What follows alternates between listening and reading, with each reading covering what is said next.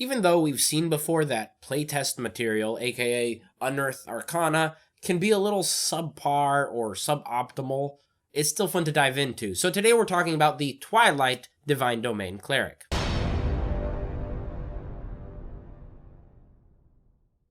Hey fellow Game Masters, I'm Richard Quiner and welcome back to the RPG Daily, your daily dose of all things tabletop role-playing games, helping you build your world and master your game. As we get into this divine domain, it's important you remember, and I remember, that this is Unearthed Arcana, which means it's playtest material, it's not officially published, and the rules, if they do publish it, are likely going to change a lot. So, keep that in mind as we dive into this divine domain, but still, let me know in the comments below what you think about it.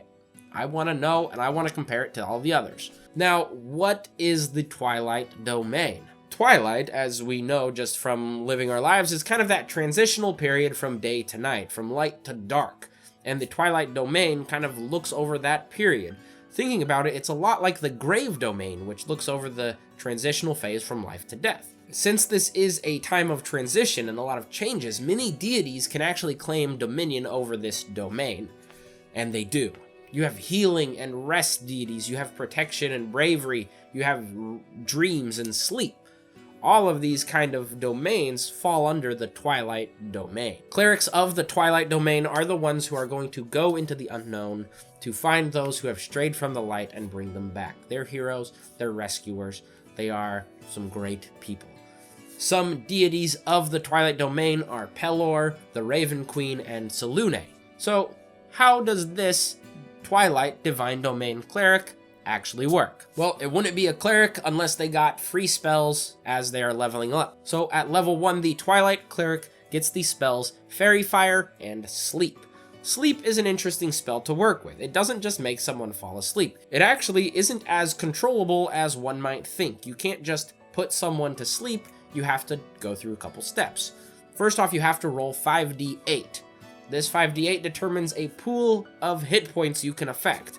Then, any creature within the area, starting with the lowest current health or hit points, gets affected first. So, for example, if you're in an area and you want to put the enemies to sleep, your party is also there, possibly. Whoever has the lowest hit points would be the first one to be put to sleep. So, for example, if an enemy has 5 health, they are knocked out and you subtract that 5 from the number you rolled previously with the 5d8. You continue up the line of whoever has the lowest hit points on up to whoever has the highest, and if you have enough hit points to knock everyone out, great. It's not a lot. 5d8 isn't a whole lot of hit points when you start dividing it up, so that makes sleep an interesting... It's better to use it when there's only one other person in the room, you know, that kind of situation. At level 3, you get the spells Darkness and Invisibility, which neither of them are cleric spells, and they're also super self-explanatory. Darkness creates a magical darkness in a 15-foot radius sphere around you. Invisibility lets you turn invisible for an hour. At level 5, we start seeing this domain use auras.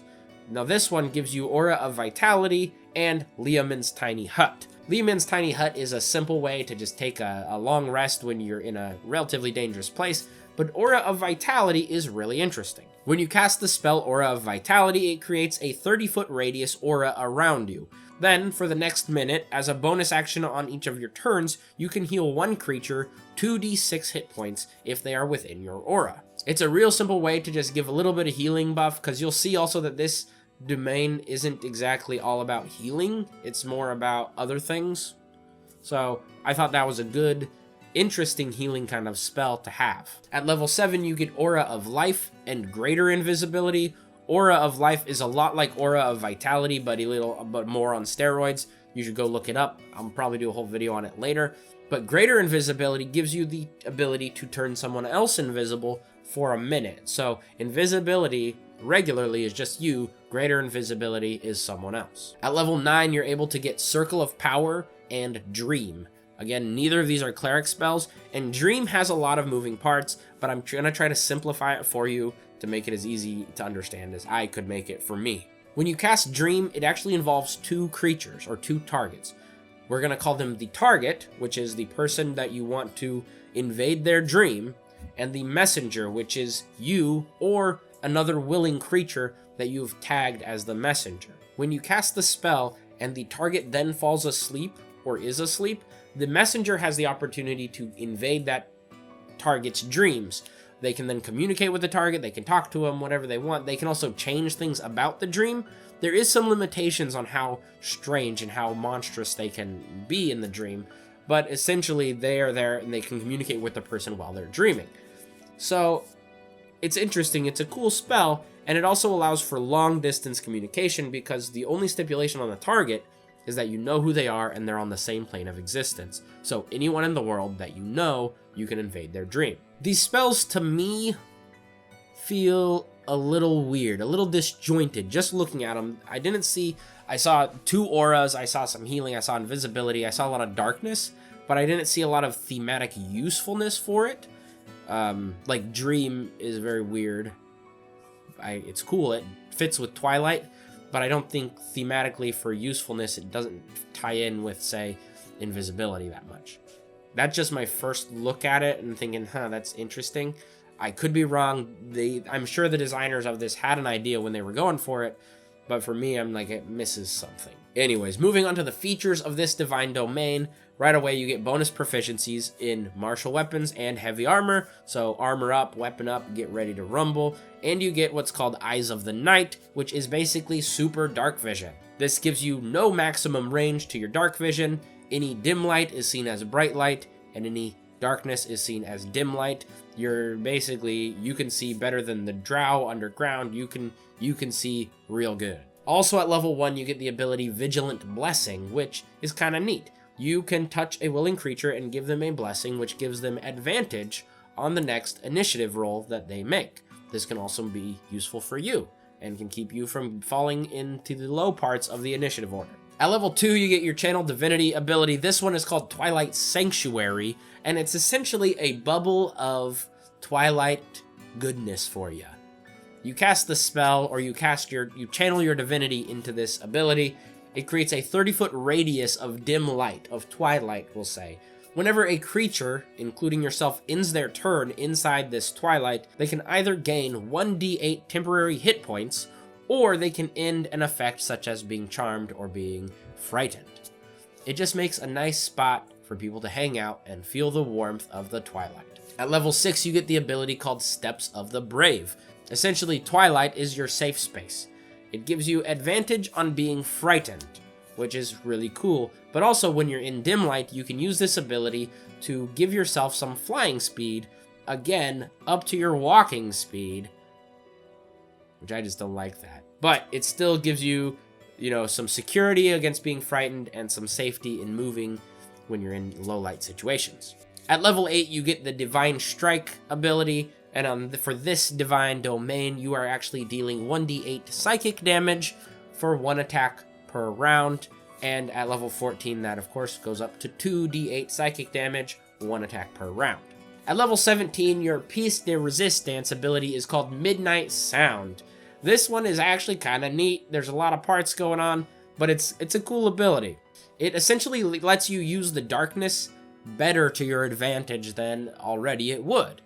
When you cast darkness using a spell slot, and there are some spells, there's some abilities that let you cast darkness without using a spell slot. That's why it's specified when you use a spell slot. You can then pick several creatures within that darkness that you can see. So I would assume you pick your creatures before you cast darkness while you can still see them. The amount of creatures is equal to your wisdom ability score modifier. So at this point, you're level 17, it's probably going to be a +5. You can probably pick 5 other creatures, including yourself. You have to be included in this count if you want to see, because your dark vision does not pierce magical darkness. It just is cool dark vision.